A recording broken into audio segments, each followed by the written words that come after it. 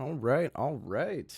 I believe I am live for the very first time. Let's frickin' go, dude. Well, as you can see, title says doing a little casual NFL Week 8 recap. I just want to try something new, see how going live went, and also I just like to yap about these games on the recap, so I don't know. I figured I might as well just live stream it rather than having to edit a goddamn 30-minute long video because I ain't got time for that. Ain't nobody got time for that. So, thank you for joining me on my very first time going live. So, I'm not going to talk about Thursday night football. I made a whole ass video about my thoughts on Vikings Rams. So, if you want to... What?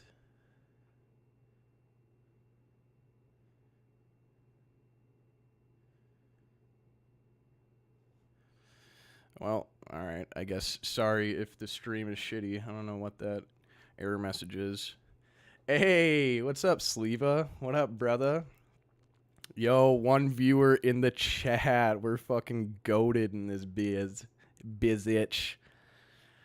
But let's get right into it. So, without further ado, no, not talking about the Vikings Rams. Go check out my other video. I was a very angry Vikings fan, and you can listen to me ramble about that. But let's talk about Packers versus the Jaguars. So Jordan Love is having a typical Jordan Love game, man. I mean, 200 yards, an interception, classic. Dude needs to stop throwing so many. He is at 9 on the year, leading the league, and he missed, two games? So not great for Jordan Love. Definitely needs to dial in his the second half of last year. Whatever he was doing there, he needs to do that again. But yeah, Malik Willis comes in and goes 4 for 5, 56 yards and a touchdown. Has a really nice ball. Can't remember who it was to. I want to say Wicks maybe.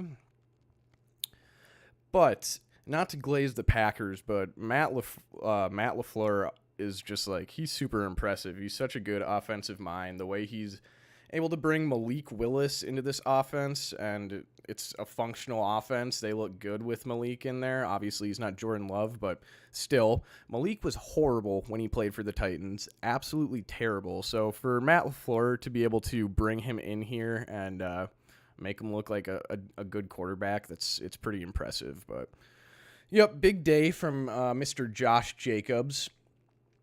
He has been having a good season. That was a good signing by them. Love Aaron Jones. But, sometimes it's good to spice up the backfield. 25 carries, 127 yards, 2 teeters. Big day for him. Tucker Kraft continues to be good. Romeo Doubs continues to have a role in this offense. Jaden Reed, man. Oh, I think that's who the deep bomb was too, actually. But yeah, Christian Watson, I wish he would do a little bit more. But it is what it is. There's a lot of mouths to feed in that offense. Okay, let's talk about the Jaguars. T-Law is looking better for sure. Has that one interception. I believe he fumbled on the goal line as well, if I'm remembering correctly. But he throws for 300 yards, 2 touchdowns. Compared to how he was performing in the first part of the season, he's looking pretty good. So Tank Bigsby is probably better than Travis Etienne, but whatever. BTJ is fucking sick. As a fantasy owner of Brian Thomas Jr., I've been a huge fan. That has been great to see. Christian Kirk went out with an injury, I believe. Didn't really look into that much. I don't know how serious it was, but I do remember he went out at the end there. And then Evan Ingram with the touchdown snag at the end. I was very frustrated with him because I have him in fantasy, but he pulled it together there at the end. So shout out my dude, Evan. All right, let's go to Cardinals versus the Dolphins. So pretty exciting game, man. I mean, we see Tua's return to the field. he has a pretty solid day, 234 yards, 1 touchdown. Low-key, I was expecting more. I kind of thought he was going to go out there and just fucking light it up, throw for like 350 and 3 touchdowns, but didn't quite do that. Still had a good day, but it pales in comparison to Kyler's day, unfortunately. I mean, 307 yards, 2 touchdowns. He had not a whole lot rushing this game, just 20 yards, but Kyler's scramble ability just makes him such a unique and difficult threat to game plan against. But yeah, Cardinals passing game was good. I mean, Trey McBride is going nuts, dude. 9 receptions for 124 yards. That is crazy. He needs to get some touchdowns on the board, though. That is for damn sure. And then Marvin Harrison, I was kind of anticipating a big bounce-back game from him. And that happened. 6 for 111, 1 touchdown. Very, very good job by Marvin Harrison. And good job by Kyler to get him that ball.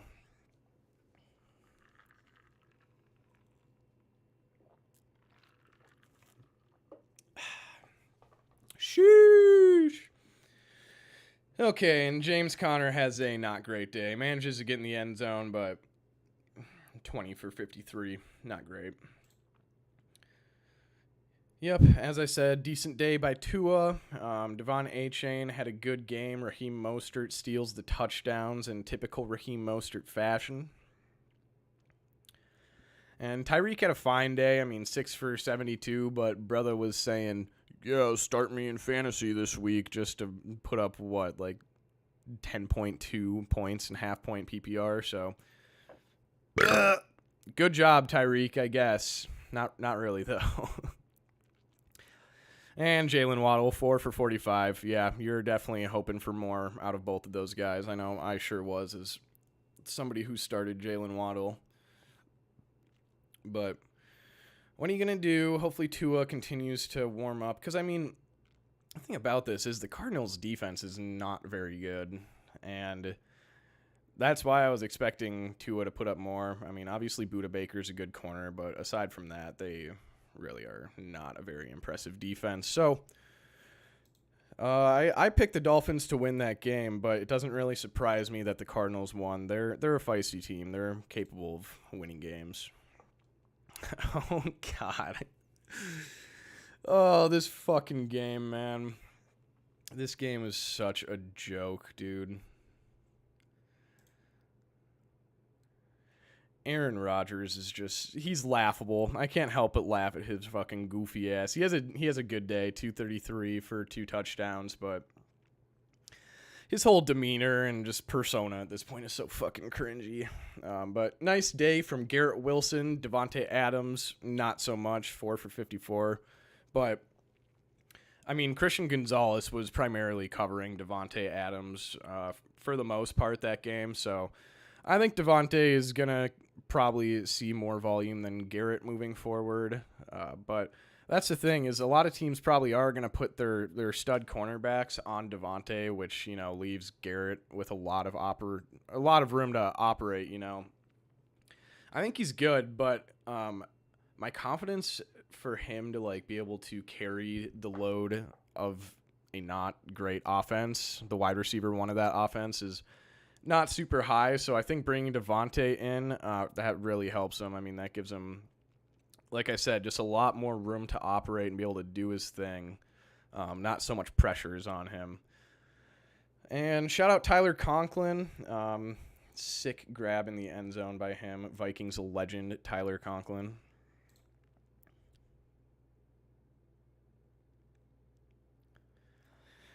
And then Patriots, I mean, what the hell do you want me to say, man? How did they win this game? Drake May, obviously, he has that rushing touchdown to start off the game. Love Drake May. Sad to see him go out injured. He's just so fun to watch, man.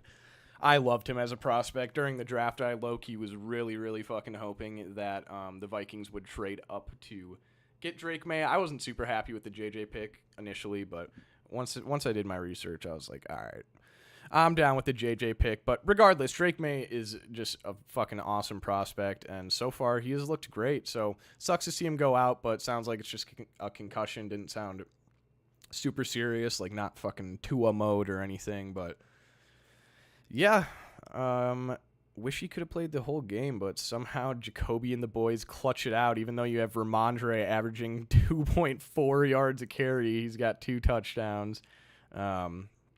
Yeah, weird season for Ramondre so far. He had what, like 1 or 2 really big games, and then aside from that, he's been fumbling and just not super efficient. So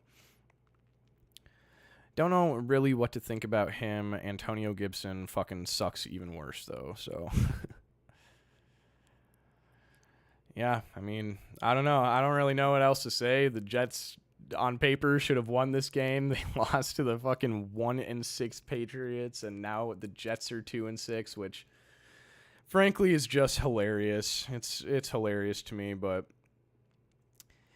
yep, I think that's about all I got to say about that one. Oh, Jets, get a new kicker for fuck's sake. Get Greg the Leg Zerline's old ass out of there. He does not got it anymore. It's time for something new. Boy, another upset, man. I mean, shit, I did not see this coming. I can tell you that much. Famous Jameis, man. You can't count him out. You can never count out Famous Jameis. But yeah, starting with the Ravens, I mean, it was a pretty good game for Lamar in the end. 289 yards, 2 touchdowns, but there was definitely a lot of dysfunction and struggle on that offense. I mean, I'm trying to think what it was. This might not be accurate, but I feel like they didn't convert a 3rd down in the first half, I believe. Could be wrong. Thought I heard that one of my podcasts I listened to, but yeah, no, it was just a dysfunctional game for the Ravens. Some really just unfortunate plays. I mean, that Rashad Bateman drop sucked. It smacked him right in the fucking chest, and I believe him that the sun was in his eyes, but just doesn't change the fact that that was just an incredibly unfortunate drop when he was wide the fuck open. So it is what it is. And then, for fuck's sake, Kyle Hamilton dropping that interception that would have literally been game-winning for them is just absolutely devastating. Super unfortunate to see that. And then there was another play earlier in the game. I can't remember exactly when it happened. Maybe like end of the second or something. But Browns were down in the red zone, and Jameis is just like running around the backfield looking for the open man. Finally fucking locks in and lasers a ball directly to the fucking Ravens defensive back. Hits him right in the chest, and he drops it. Like, bruh, I don't know. This was not a good performance from the Ravens. Not great at all. I mean, you lost to the 1-win Browns, but you know, obviously Jameis is a huge upgrade over Deshaun. Jameis went out there for his first start with the Browns and literally had a better game than Deshaun Watson has ever played for the Browns in his fucking career. So, shout out Jameis. He's the fucking man. Post-game interview was hilarious. Shouting out Eminem, shouting out God. He's that dude. Another good day from Derrick Henry. 11 for 73, touchdown.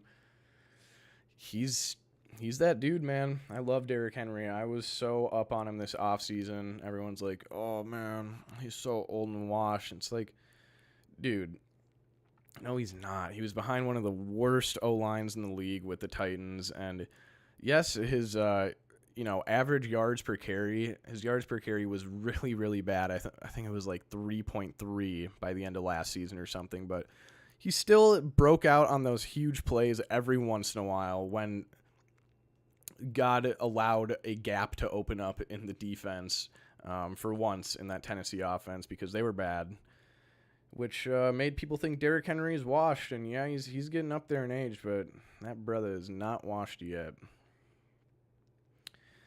Anything else to say?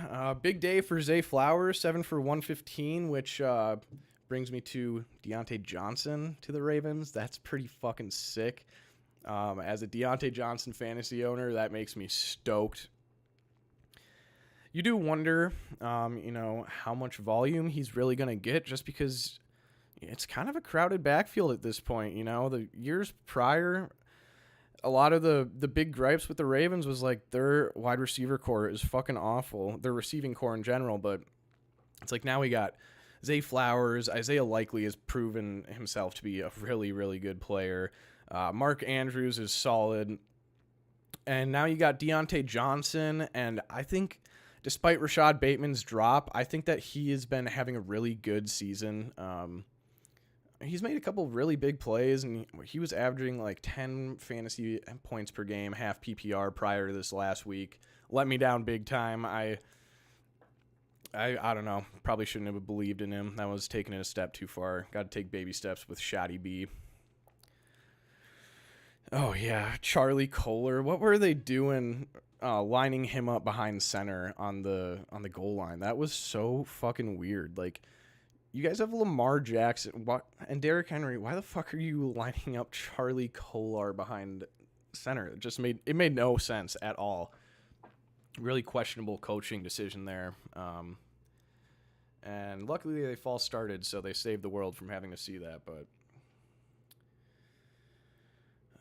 yeah, I mean, like I said, super underwhelming from the Ravens. Not a good look, but I don't know. Ravens seem to do this, man. They sometimes just forget how to play football and make really, really silly mistakes. I mean, they lost to the fucking Raiders earlier in the season, for God's sake.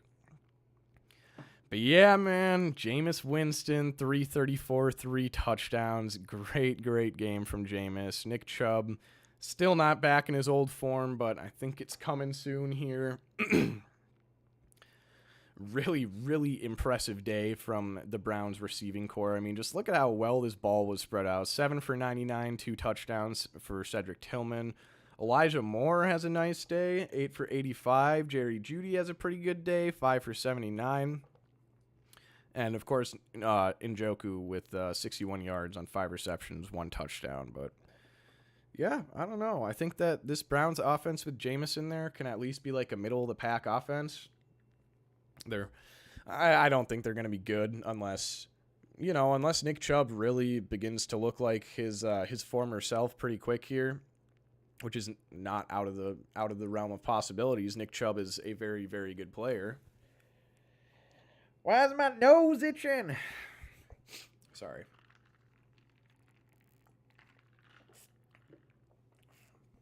But yeah, thank God Deshaun Watson is gone. That dude sucks.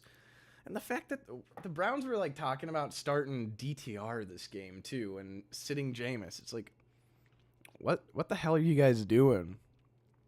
You can't possibly imagine, or you can't possibly think that DTR is the future of this Browns franchise. Like, there's no point in trying to get this dude reps. He's at most going to be a career backup. He's not the dude of the future. Just roll with Jameis and do what you can for the time being.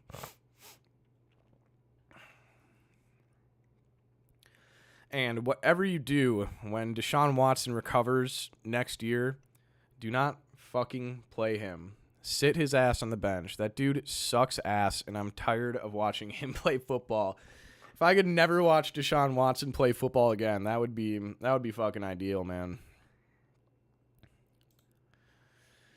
Okie dokie. Eagles, Bengals.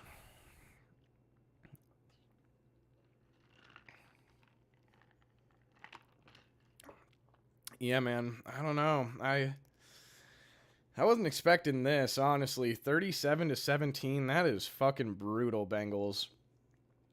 I know their defense is horrible, but like Philadelphia ain't that good. I'm sorry. Philadelphia is not 5-2 good. And they just absolutely smoked the Bengals, and yeah, tough look. Jalen Hurts has a pretty good day, thrown for 236 and 1 touchdown. Huge improvement from his, 114-yard performance last week. That shit was whack. Saquon Barkley continues to be good. Jalen Hurts gets it done on the ground. I was really sad that Saquon didn't get even one of those rushing touchdowns. That would have been pretty cool, but nope. Jalen Hurts is a greedy little butthole. Wow, bro. Will Shipley did nice, dude. He went fucking nuts. 2 for -3. That's a Madden stat line right there, man. He's the GOAT. Oh, that Devontae Smith deep bomb was so fucking beautiful. That shit'll feed families, man. Love that. That's my favorite part of Jalen Hurts' game is when he just uncorks beautiful deep bombs to either Devontae or AJ Brown. He's a very good passer when it comes to that regard. Definitely struggles a bit over the middle of the field, more like mid reads, but throws a hell of a deep ball, man. I can say that much. And AJ Brown just continues to be good. I don't really think he's had a down game. I guess he was pretty injured for a while there. So, but yeah, in the few games he's played this year, he's been good. Grant Calcaterra, I believe he's a rookie. But yeah, he's been getting some more targets lately too. I think it's interesting that like Jahan Dotson has literally maybe caught like 3 balls this year. I'm gonna look it up actually. I'm curious.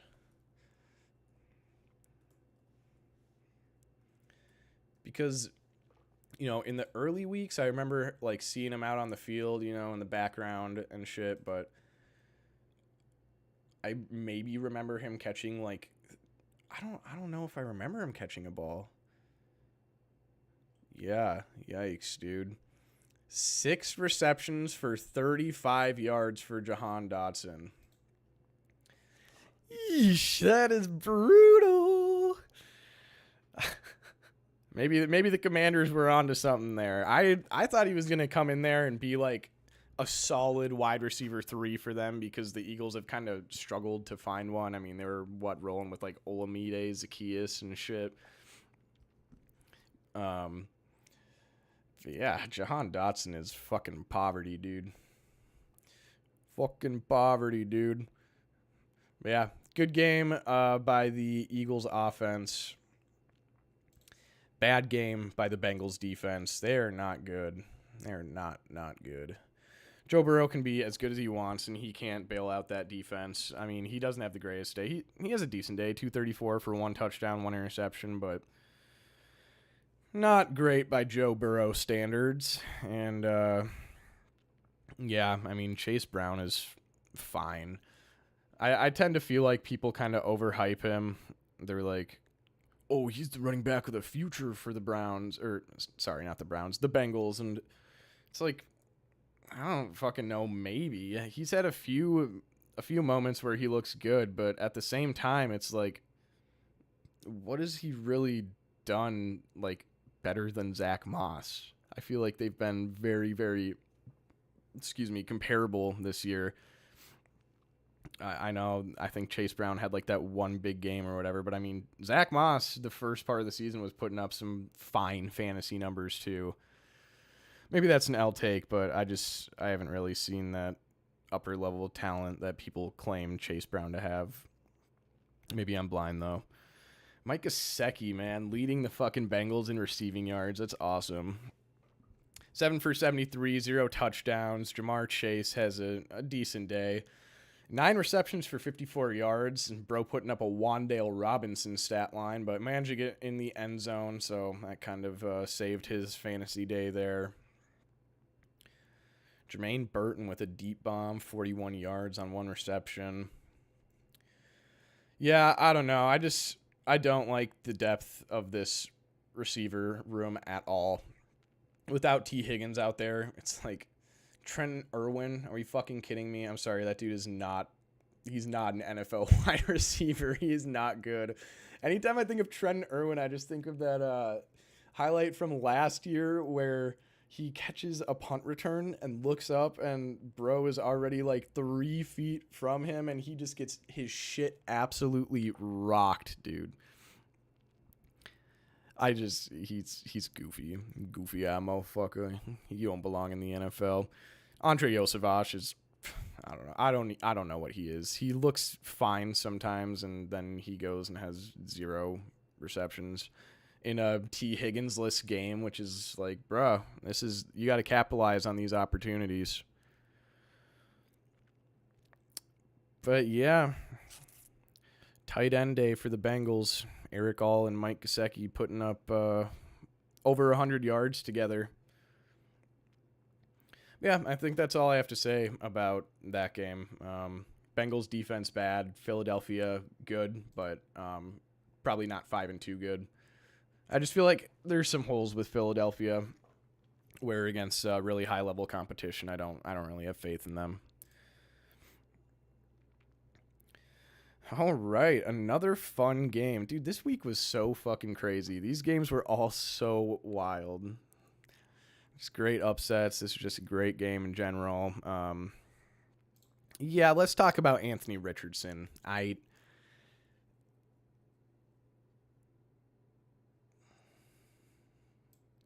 Hold up. Oh, okay, cool.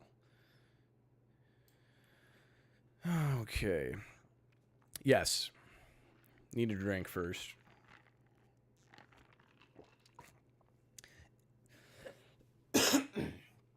Anthony Richardson. So 10 for 32. Bro is throwing less than 30% completion rate out there. That is wild.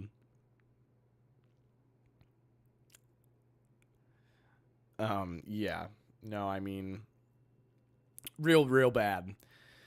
One touchdown. I mean, that deep bomb to Josh Downs was so beautiful. I think Josh Downs is fucking sick. But, I mean, really, Anthony Richardson's legs and the occasional maybe one per game deep ball is, like, the only thing you can get out of him right now.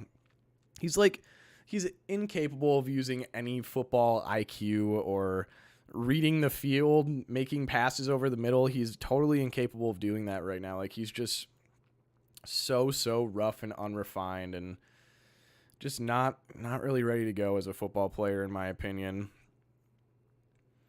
So yeah, they benched him. Flacco is starting next week, which is definitely for the better. I know anybody who owns any Colts players in fantasy are thanking the Lord right now. Because, yeah, 175 yards and one touchdown, that just isn't going to do it. Jonathan Taylor has a fucking great day. He's so back. Love that guy. He's a fun running back to watch. Gets in the end zone one time. And yeah, good day from Josh Downs. Michael Pittman Jr. did not exist. Yeah. I don't know. I'm glad that the Colts are putting in Joe Flacco because Anthony Richardson is just, he's not ready to go yet. Joe Flacco is the much better option right now. I mean, the Colts are 4-4. Like, they still for sure have a shot at the playoffs. But their shot is much better with Joe Flacco than it is Anthony Richardson. That is for damn sure. Anthony Richardson is not that dude yet. CJ Stroud has a nice day, 285 and one touchdown. Joe Mixon just continues to be a force to be reckoned with. I would like to apologize for my past Joe Mixon slander. I was never a big fan of him. I always felt like he was kind of a volume merchant with the Bengals just because he was never really an efficient runner.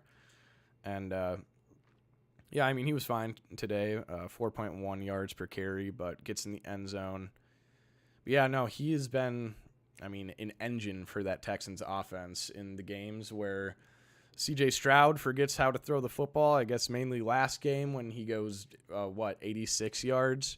Joe Mixon just put the fucking team on his back, man. But yeah, I don't know. Another team where I'm not sure how I feel about that record with the Texans, 6-2. I think the Texans are good, but I also think we've just seen this passing game just like completely fizzle out a few too many times this year, and I just think as a whole, CJ Stroud has been a little bit underwhelming. I guess I was kind of expecting a little bit more in his sophomore year. It doesn't really seem like he's taken much of a step from his rookie year, which, you know, isn't the worst thing. He was one of the best rookies we've ever seen at the quarterback position, but yeah, I don't know.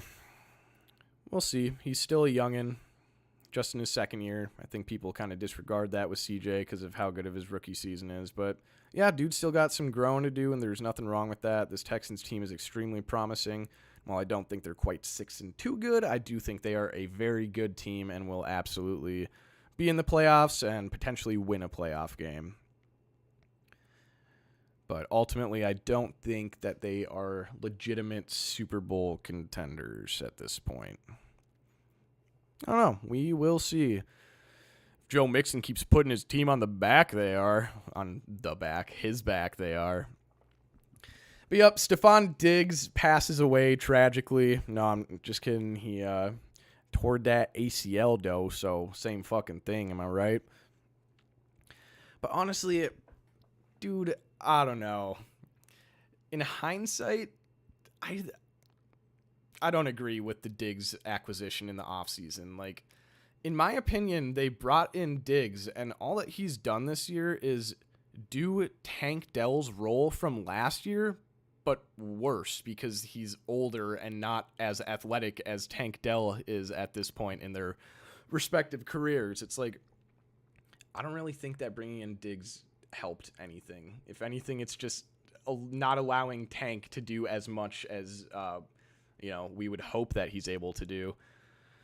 And so Nico's still out week 9. He's designated to return week 10, I believe. But yeah, I'm excited for him to come back as a Nico Collins owner in fantasy. Him and Tank Dell are just such a fun dynamic duo to watch. And Tank Dell has had a slow season, and I think that, like I was just saying, that largely is in part to Stephon Diggs just kind of usurping his role from last year. And also the fact that Tank Dell had a major season-ending injury last year that he had to come back from, and he also got fucking shot in the offseason, so that's not funny, but, like, you know what I'm saying. Dude had a lot to recover from. I think that he will have a strong second half of the season.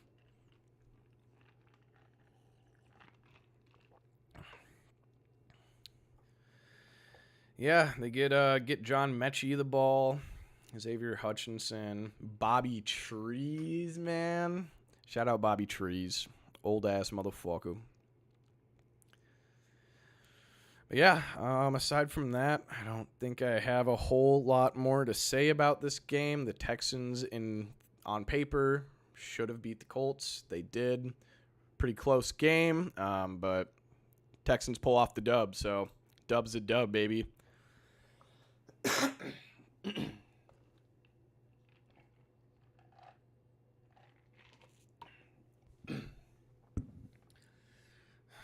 All right, another just such a fun game. Titans-Lions, man. At one point, this game was 14-14. Then the Lions decided to put up 21 points in the second quarter and 17 in the third. That was just fucking disrespectful. And mind you, Jared Goff puts up one of the most ridiculous stat lines I have ever seen in my life. 12 for 15 for 85 yards and 3 touchdowns, bro. That is fucked up. Like, that is the most insane stat line I have ever seen in my life, man. But yeah, I mean, like I said, at first, it kind of looked like the Titans were going to at least put up a fight, you know? At no point in this game was I expecting them to win, but I was like, all right, shit, Tennessee. Nice. Your defense is looking good. Maybe you can, put some respect on your name. And no, instead, go out there and just get absolutely fucking annihilated. Mason Rudolph, more like Mason Poodolph, you know what I'm saying? 266 and 1 touchdown, 2 interceptions. Yeah, but I don't know. Mason Rudolph is exactly what Mason Rudolph is and what we expect him to be. He's ass. No, I mean, he's a fine backup in the league, but he's nothing special, that's for sure. Tony Pollard, low-key having a good season, but it goes under the radar because the Titans suck so much and they have to lean on Tony Pollard to do anything. But yeah, 20 for 94, 4.7 YPC, good day from Mr. Tony Pollard. And Calvin Ridley, 10 for 143. A very, very good game from Calvin Ridley, which is it was great to see. it was weird because, D-Hop gets shipped out of there, and I'm like, okay, because I have Calvin Ridley in multiple places in fantasy. I was super high on him this offseason. I was like, Will Levis is a gunslinger. Calvin Ridley is still good. Like, this is going to be a sick opportunity for him. D-Hop and Tyler Boyd are fucking washed. This is going to be Calvin Ridley's offense. No. This fucking Tennessee team has just been so dysfunctional, and Calvin Ridley has not done shit. And then D-Hop leaves, puts up 10 for 143, which is so interesting because D-Hop himself probably has like 150 yards on the season with the Titans. Like he was not doing shit at all. He wasn't commanding targets hardly at all. So it's like, I didn't think that D-Hop leaving would have such a large impact on Calvin Ridley. And before I get too ahead of myself, who fucking knows, man? It's Calvin Ridley. Since last year, he has been such a boom or bust wide receiver in the league. I don't know. He has to do it again for me to have faith in to start him. Like I probably won't be starting him next week just because he's so boomer bust. I could easily see him going out there and putting up fucking 0 after this performance, but who knows? He's a tough player to predict. Like I said, very, very boomer bust. Nick Westbrook-Akini gets in the end zone. Josh Wiley is a person that plays football in the NFL. What happened to Chigo? I feel like he hasn't done shit. He had like a nice touchdown week 1. And then he's been so fucking quiet. It's kind of weird. But yeah, I don't know what the outlook is with Will Levis. I haven't checked in a second because I think he was kind of expected to play last week, and then they were like, no. But yeah, I'm not sure if he's going to be back next week for the Titans. Frankly, I don't know if it fucking matters. Mason Rudolph, Will Levis, they're fucking both ass. Get them the fuck out of here. I don't care. Titans are a shit ass team. That's why they're 1-6 right now. They got a lot of things to figure out. So definitely one of the worst teams in the NFL. Their defense is, I thought they were like sneaky, low key, kind of good, but they fucking let the Lions put up 52 points on them, and of course this was just a masterclass by I keep wanting to say Dolphins. What the fuck?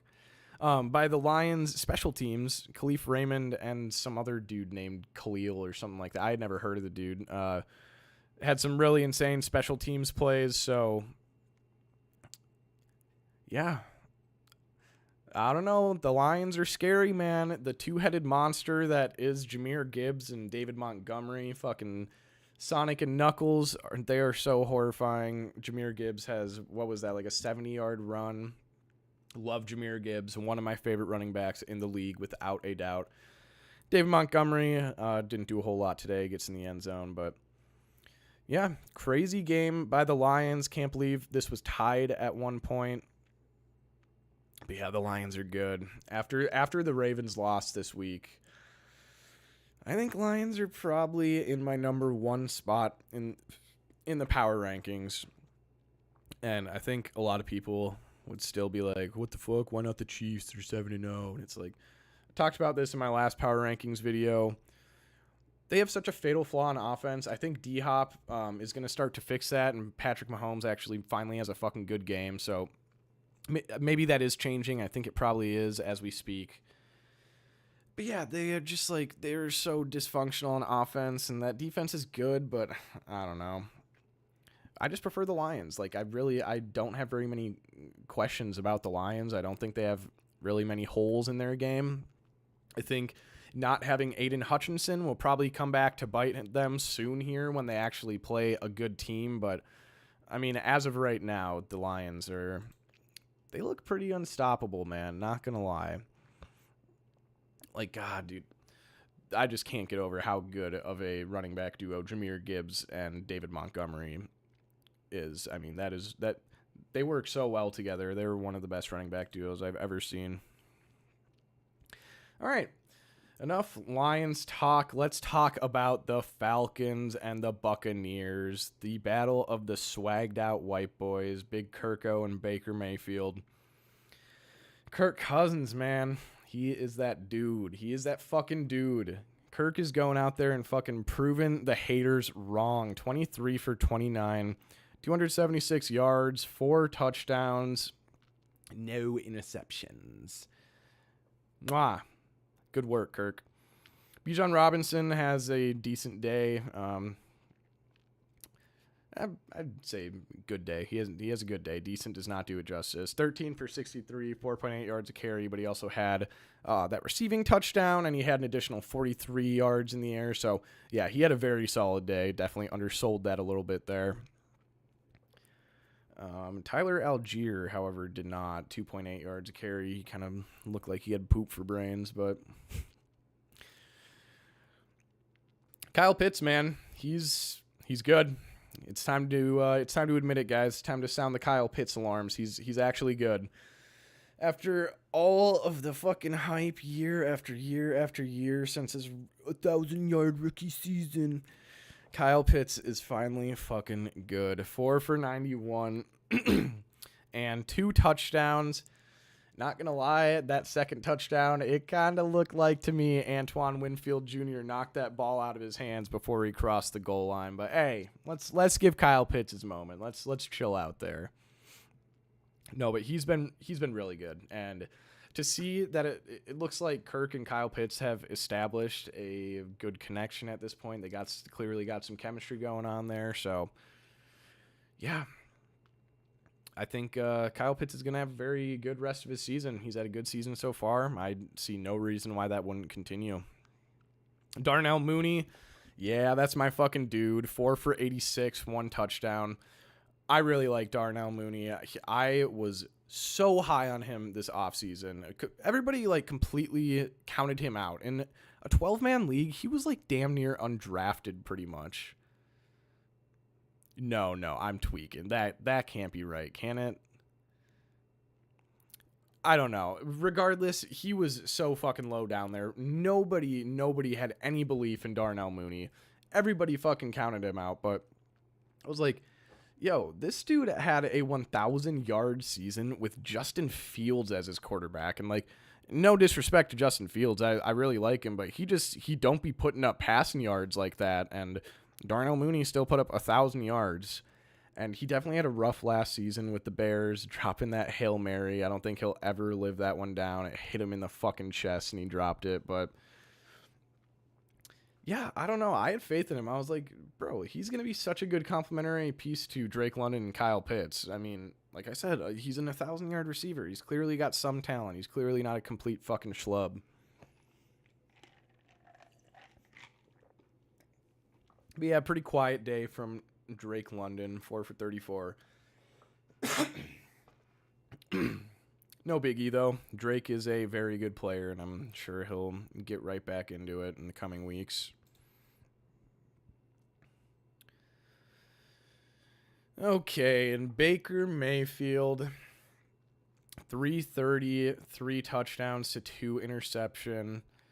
My boy Baker tried to put the team on his back, but unfortunately it was not quite enough. And, you know, he is Baker Mayfield after all, so he's prone to a turnover every once in a while, and had a few of those this game, unfortunately. But yeah, just kind of a weird game. I mean, Bucky Irving, 9 for 44. Rachaad White, 6 for 29. Their rushing attack continues to be pretty ineffective. But yeah, the Cade Otton masterclass, man. He goes out there and fucking lays his meat on the table for National Tight Ends Day. That shit was nice. I don't like the way that sounded, but yeah, 9 receptions for 81 yards, 2 touchdowns. Big old day for Cade Otton. Game of his career right there. Yeah, Bucky Irving and Rachaad both continue to be effective in the passing game. I wish they would just fucking go to Bucky Irving, because I think that he is a better player than Rachaad White. And also I have him in fantasy, so it would be really cool if you could get more of a workload. But that won't happen. Rachaad White was so reliable for the Bucs last year. They're not just going to throw him to the wayside and say, hey, Bucky, get your ass on up here, boy. You're getting 100% of the carries. Yeah, I don't really know what to say. What else to say about the Bucks? It really fucking hurts not having Mike Evans and Chris Godwin out there. Mike Evans should be back in a few weeks here. But I don't know. I was kind of expecting Jalen McMillan to take more of a step forward. But, hey, he's young. He's still, developing that chemistry with Baker. I think he still could be a very functional piece of this offense. I think he could be a very reliable wide receiver, too, in this offense with Chris Godwin not there. But we'll see. I like him as a waiver wire stash. I stashed him last week in a couple leagues that have deep benches.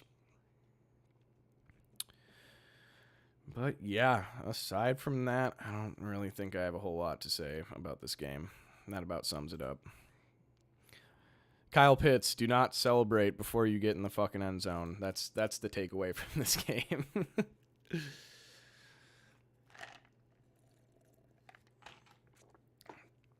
Oh, Saints. Why do you have to saint so hard? Why do you have to saint all over the place? Boo, Spencer Rattler, 50% completion percentage, 156 yards, fucking poopy butthole stats. Not a good look from him. Jake the Flake Hainer goes in there and goes absolutely nuts. No, I'm just kidding. Taysom Hill's the GOAT. They should just be starting him at quarterback. No, I'm just kidding. Taysom Hill's a fuck boy. Alvin Kamara has a quiet day, 10 for 67. Chris Olave has 100 receiving yards on 8 catches, 107. So good game from Chris Olave. It's nice to see that. But yeah, I don't know, man. I mean, when you're fucking rolling out your receiving core is goddamn Bub Memes and Taysom Hill and Mason Tipton and Adam Prentice, it's not good. I mean, even if Derek Carr was out there, this team is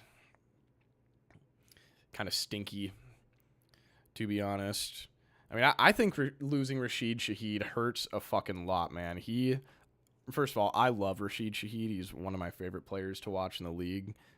He's so fucking fast, and he gets so open. He's amazing at catching the deep balls. So that loss definitely hurts for them. He was a dynamic part of this offense. Chris Olave cannot shoulder this load alone, and neither can Alvin Kamara's old ass. So, yeah, I don't know. I think Derek Carr is coming back next week, but I'm still not expecting a whole lot out of the Saints for the rest of the season. They're just not a very good team. Had the craziest 2-0 start ever. The world's shortest Linsanity run, and then... 0-6 from there on out. So, good job, Saints. Fuck you guys for Bounty Gate. I'm still salty, bitch. Jay Urbo playing another old school Jay Urbo game. 279, 2 touchdowns. Love to see it.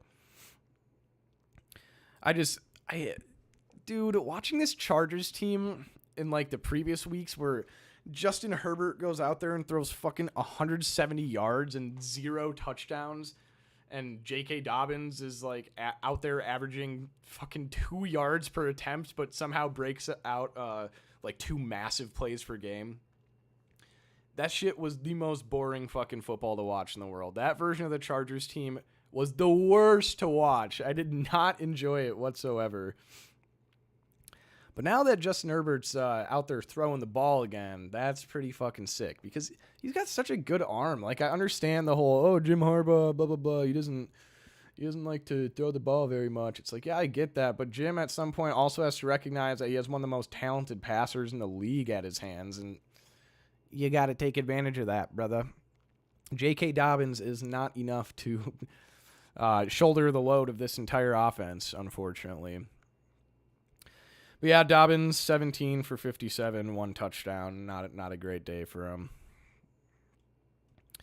Ladd McConkey, though. Ladd McConkey masterclass, though. Oh, my God. 6 receptions for 111 yards and 2 touchdowns. That is nice. That is super nice. Josh Palmer has a pretty decent day, 2 receptions for 72 yards. Frankly, I think that's probably more than he's done all season, so good work, Josh. Also, fuck you, because I thought you were going to take a step forward this year, and you did not. You've been awful. Shout out Bozeman legend Will Disley, Bozeman high school legend. 5 receptions for 41 yards. He's just a big fucking white dude. What do you want me to say? Jalen Reagor, dude. The Jalen Reagor toe tap. That fucking... Bro, it's so insane. I look up at Red Zone, and all of a sudden I'm getting shown Jalen Reagor highlights. What the fuck? Where did this dude come from? I didn't even know that he was on the Chargers until he had that one really fucking bad... No, he didn't drop it. He fumbled into the end zone. Was that this game or was that last week? I don't know, but yeah, he fumbled into the end zone for a touchback, and this week he has a sick toe tap grab. So, shout out Jalen Reagor, dude. Best wide receiver in the 2020 draft class for sure. Not. Yeah, who fucking cares about this game? The Saints suck, and the Chargers are a right around 500 team. I think that's about right where they belong.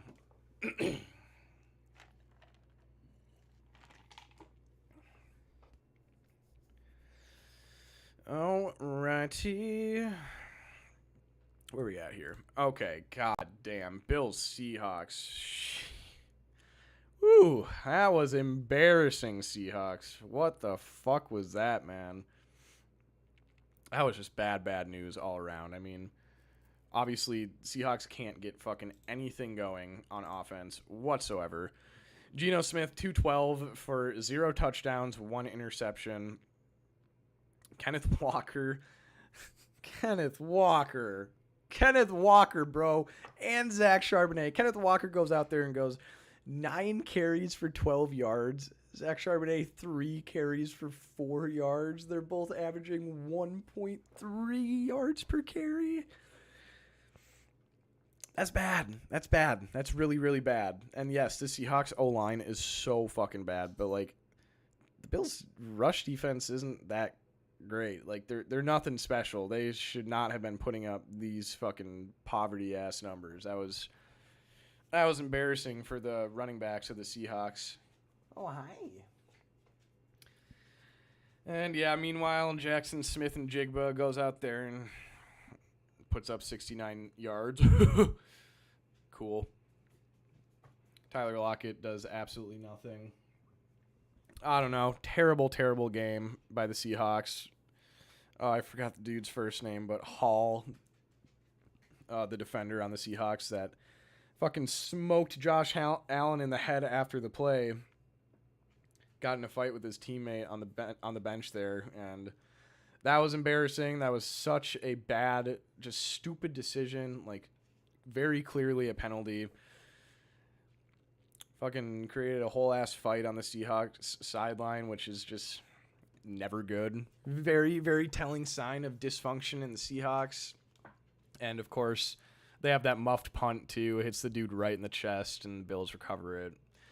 Just embarrassing by the Seahawks. I did not think they were 4-3 good by any means. I never thought that. I think they're a fine team, but honestly, their O-line sucks ass. Their rushing game has struggled a lot. Kenneth Walker has had a pretty good fantasy year so far, but that's almost entirely due to his work in the receiving game.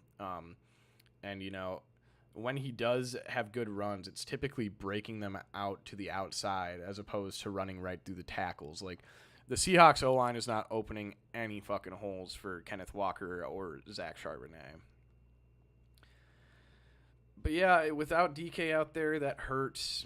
I'm not the largest Geno guy. I'm not gonna lie. A lot of people are much higher on him than I am. I think he's fine, but I've heard people want to put him in like they try to put him in the Baker Mayfield conversation, and I don't quite think Geno's there, and I think he's definitely a tier below Baker Mayfield at this point. But he's still a decent starting quarterback in the league, and Yeah, Seahawks offense is just really, really dysfunctional right now. So they got to get their shit together. Meanwhile, the Bills go nuts, putting up 31 points on that Seahawks defense.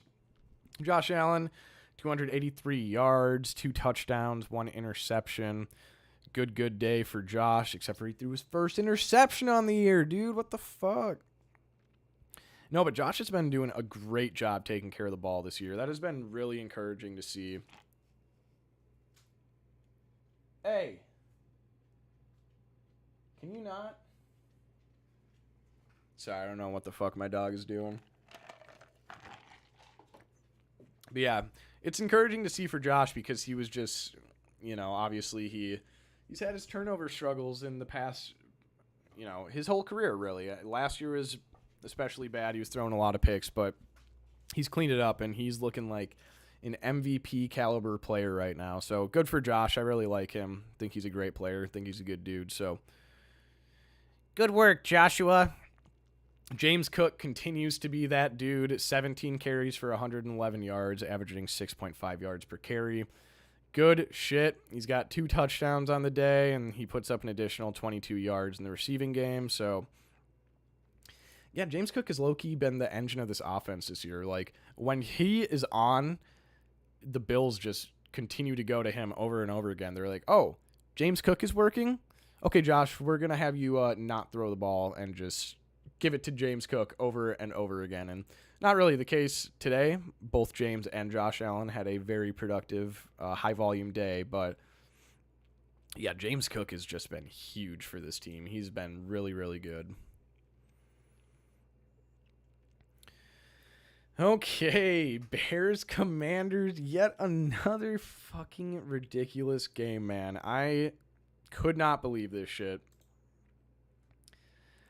So the Commanders can't score a single touchdown all day. They're only able to kick field goals, but even so, I mean, the Commanders were just, it looked like they had this game in the bag. If they could just get in the fucking end zone once, if they, literally one of those times, if they could have just gotten in the end zone, this would have been totally different story, totally different game, but they could just not convert in the end zone, unfortunately, but it was still a good game from Jaden Daniels. He's having a historical rookie season and has been doing great, but what was that pass, like 68 yards? So he had, like, I don't know, like 250 around there, 240 yards prior to that. But yeah, he just continues to be good. He picks up another 52 yards rushing. I have huge faith in Jaden Daniels. I think that he is going to be a fucking star in the league. He already has been. It's been an awesome rookie season, man. I love watching him play football. He's quickly becoming one of my favorite players in the league for sure. Brian Robinson goes out there, does his thing, 16 for 65. Austin Eckler still exists, unfortunately. Terry McLaurin has a nice day, 5 for 125. He's been great. I mean, this is what Terry McLaurin fans have been waiting for their whole life, is him finally having a quarterback that can consistently get him the ball, and that's happened, and it's been fun to watch. He's a great player, so I'm sure he'll just continue to perform in this offense. Zach Ertz has been another huge piece of this offense. I mean, he sees a lot of volume, man, in this offense. Cliff Kingsbury absolutely adores Zach Ertz. That dude loves him. But yeah, I see no reason that his volume is going to drop. He's been performing. He's been catching the ball, so they probably won't be integrating Ben Sinnott in anytime soon, to be honest. But yeah, the Bears had a really tough first half. DeAndre Swift bailed them out at the in the second half there, brought him right back to life, brought him right back into the game. Not a great showing for Caleb Williams, 10 for 24, 131 yards. Yeah, I don't know, man. It was not good by Caleb, but I mean, at least he dialed it in at the end and was able to give his team a shot. I mean, they damn near won the game. Should have if it wasn't for a fucking Hail Mary. But yeah, I mean, he's got to be better than that. The Commanders' defense is not that good, and I think that they're better than people initially anticipated this year, but they're still not a great unit as a whole. and Caleb really, really struggled against them. So I don't know what that says. I was saying in my power rankings video last week, I was like, okay, let's calm down on how much we are hyping up Caleb Williams right now.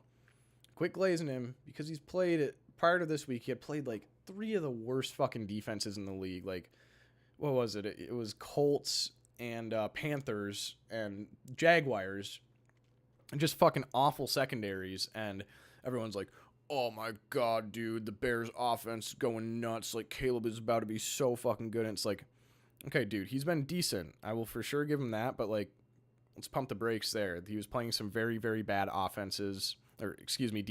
And yeah, he plays a decent defense, like not bottom of the pack, and just does not have a good game. So we'll see. He still has a lot of learning to do. I'm not trying to be like, oh, Caleb Williams is a bust. No, I'm not that dude. I think he's going to be a successful quarterback in the league, but I think he still just needs time. He's a youngin', man. Give him some time, as much as I fucking hate him. No, I'm just kidding. But yeah, DeAndre Swift, like I said, put the team on his back, and the receiving core did fucking nothing because, like I said, Caleb Williams had 131 yards. Yeah. Hail Mary, man. That was so exciting. I fucking freaked out when that shit happened. That was so awesome. And fuck Tyreek Stevenson. That shit is so embarrassing, bro. That is, oh my god. As a coach, you'd want to fucking wring his neck like fucking Bart Simpson after that shit, dude. He goes and taunts the Commanders fans, and then proceeds to be the reason the Commanders win the game, bro. That's what you fucking get, dude. He punched the ball straight up. It went directly to Noah Brown. Like, that shit was so dumb. I don't know what he was thinking. And he was jawing with Terry McLaurin the whole fucking game. And it's like, yeah, good job, dude. You've allowed Terry to put up 125 yards on you. You're having a really good game, man. But yeah, just embarrassing. Can't be doing that shit, man. Can't be taunting the fans and losing your fucking team the game. Okay. Chiefs versus Raiders. I honestly can't believe that the Raiders were in this for a while, but really not that surprising. Chiefs always struggle against the Raiders for some reason. I mean, their last loss was against the Raiders last year, Christmas Day. Somehow against the Aiden O'Connell-led Raiders. But yeah, Patrick Mahomes finally goes out there and throws a fucking touchdown in the month of October, throws 2 of them things, and also has a shitty pick. So I don't know what his deal is, man. Patrick Mahomes needs to fucking lock in. He looks not good. And like I've expressed in my power rankings videos, if he's playing like that, it's going to be hard for the Chiefs to win a Super Bowl. And I fucking hope they don't. But even last year when we were having the same conversations, like, oh, this Chiefs offense is anemic, you know. Patrick Mahomes was playing better than this, so hopefully DeAndre Hopkins coming in revitalizes him. But for now, we will see. Brother needs to play some better football. Let's see, what did DeAndre Hopkins do this week? Yeah, 2 for 29. I mean, not surprising. He's old and learning a new offense. I don't think he's ever going to be like the focal point of this offense. I think he's probably going to be the reliable wide receiver 2 behind Kelsey. And Kareem Hunt continues to go out there and average fucking 2 yards per attempt, but gets in the end zone. So we'll take it. Gets insane volume. Great waiver wire pickup there. Yeah, I don't know, man. The Chiefs are, they're interesting. That's for sure.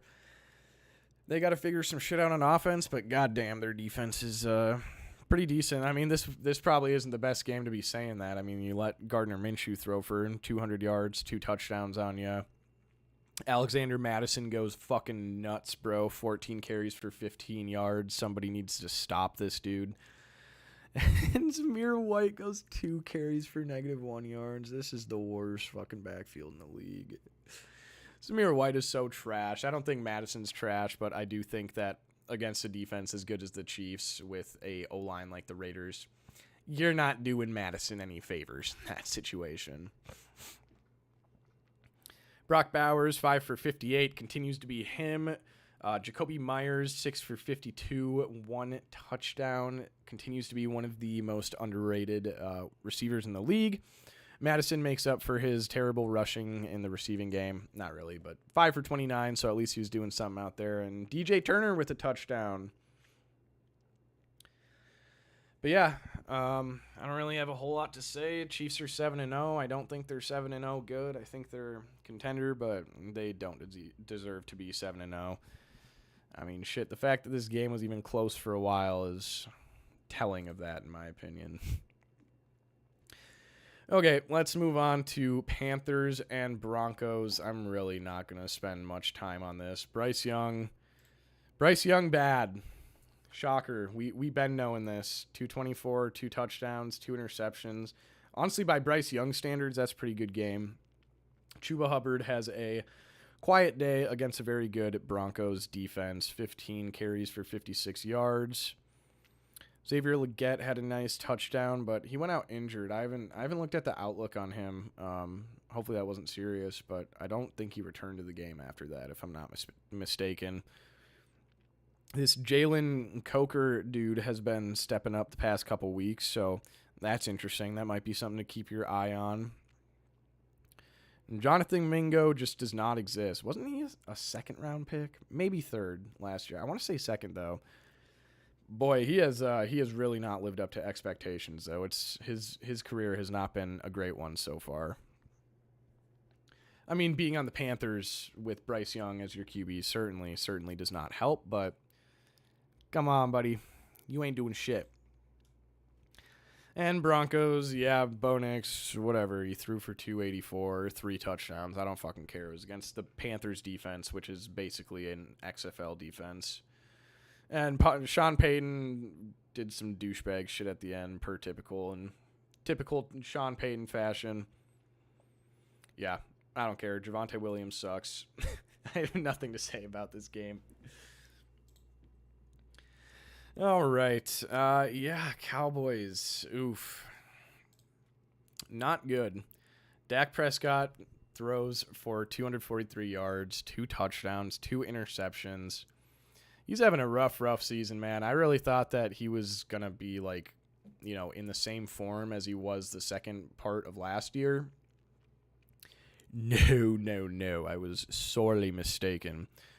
He's not been good. It's been a rough season for Dak. They have Ezekiel Elliott and Dalvin Cook as their running backs, which is just objectively hilarious. Fucking got the geriatrics in the backfield. I mean, they got to do something about that. I don't know why they thought rolling into this year with Ezekiel Elliott as their starting running back was a good idea. And I know Dowdle has had a couple good games, but I'm sorry. He's not an RB1 capable of shouldering the load for this Cowboys offense. I don't think he is. I think he's a fine change of pace back, and that's about it. CD Lamb, finally, oh my God, man, he goes out there 13 for 146, 2 touchdowns, huge game for him. Rest of the offense did nothing. This was entirely CD putting the team on his back. He had a good game. Basically the only reason the Cowboys were in this game. But yeah, I don't know, 2 dysfunctional teams. Both these teams, I think, have a lot going on that they need to figure out. Brock Purdy has a decent game, thrown for 260 yards, 1 touchdown. I don't know. Isaac Guerrero has been looking good. That's one takeaway from this. Jordan Mason goes out. Isaac Guerrero has a nice day. Brock Purdy does some work on the ground. Oh, I forgot he had a rushing touchdown. George Kittle has a beautiful day on tight ends day. 6 for 128, 1 touchdown. Debo with 4 for 71. Ricky Pearsall, 4 for 38. I think he'll probably continue to get some more targets as he continues to, develop the relationship with Brock Purdy and figure out this offense. I mean, he's looked good in the limited time that we've seen him. He hasn't done anything crazy, but he certainly hasn't looked bad. So, yeah, I think there's a very good chance he'll develop into a reliable wide receiver 2 for this 49ers offense. Definitely a dude to pick up in fantasy, I would say. Yeah, I don't know. I don't really have a whole lot else to say about this. I mean, the Cowboys, they have some serious issues. This prevent defense by fucking Mike Zimmer's old ass is not doing the trick. It's bad. Prevent defense fucking sucks.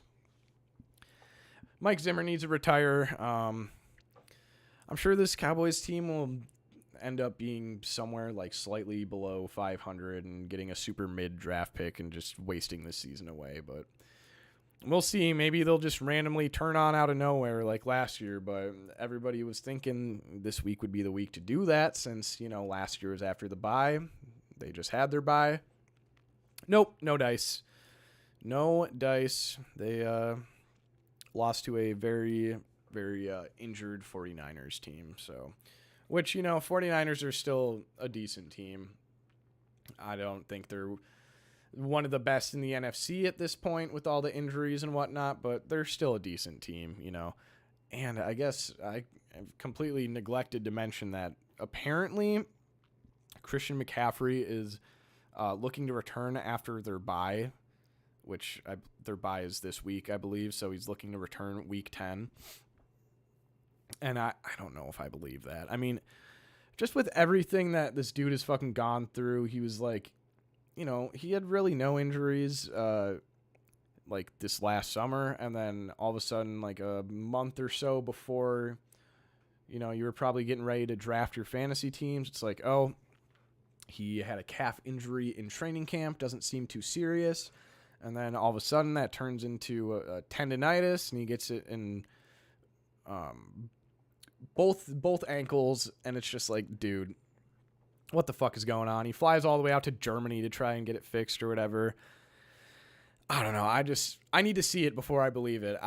He seems like something is seriously fucking wrong with his legs. But who knows? Maybe the German doctor fixed him all up.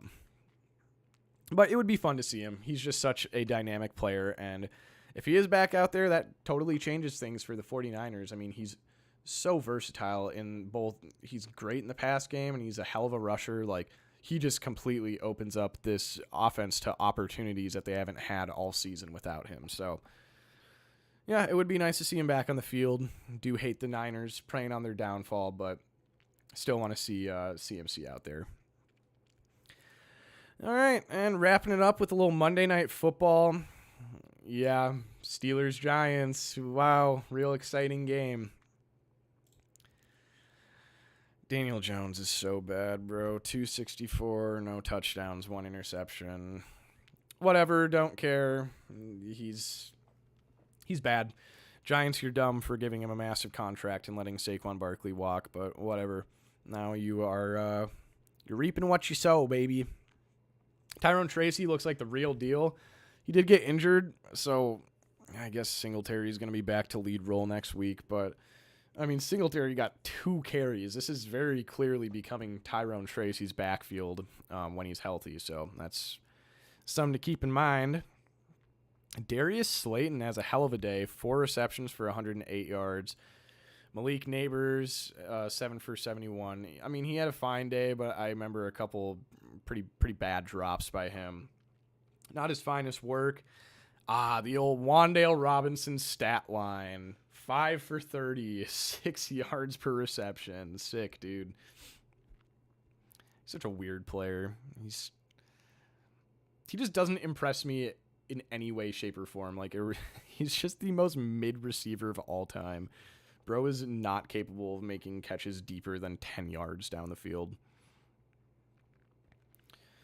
But yeah, I don't know what to say about the Giants. Daniel Jones is bad. Tyrone Tracy is good, but he got injured, so good luck, I guess. Yeah, 2-6, that's about where they belong. All right, and then the Steelers, Russell Wilson goes out, and Russell Wilson's all over the place. 278, 1 touchdown. Najee has a hell of a day, 19 carries, 114 yards. Jaylen Warren is also starting to get some work out there and looked pretty decent while doing so. Van Jefferson was low-key the MVP of this offense this game. No, he did have a pretty good game, though. George Pickens went out and did typical George Pickens things. That Should have been a touchdown, the double foot tap, but whatever. That's just how the rules are. But yeah, also George, like how the fuck did you not get your left foot down there? What are we doing? And yeah, Russell Wilson continues to hate Pat Freiermuth, so that's nothing new. Calvin Austin with the touchdown. Yeah, Steelers are what they are, man. They're a stingy defense with a functional offense, which is more than they could say last year. They're certainly a better offense than they were with Kenny Pickett, I can tell you that much. Yeah, no, I think they are a good team. Don't quite know if they're 6-2, but I mean, man, if their defense can just keep playing like this, then they could be tough to stop. But yeah, I mean, I think that is going to wrap it up. That's all the games, so I'll leave it there, I suppose. Shout out to, anybody who was able to hop on during this. I really appreciate y'all. It means a lot. I'm going to try and live stream some more. This is actually fun. I was a little bit nervous going into this. I was like, how am I going to just ramble on and on? But funny enough, I really like to ramble about football. I forgot about that. So it was actually not difficult to talk about football for 115 minutes, an hour and 15 minutes straight, which goddamn, this was longer than I expected. This shit went by fast, but yeah, guys, give it a like, leave a comment if you want. Subscribe to my channel, dude. And check out my other socials, TikTok, Instagram at Scrabdaballa. As always, I appreciate you guys. Love y'all and have a beautiful, beautiful night, ladies and gentlemen.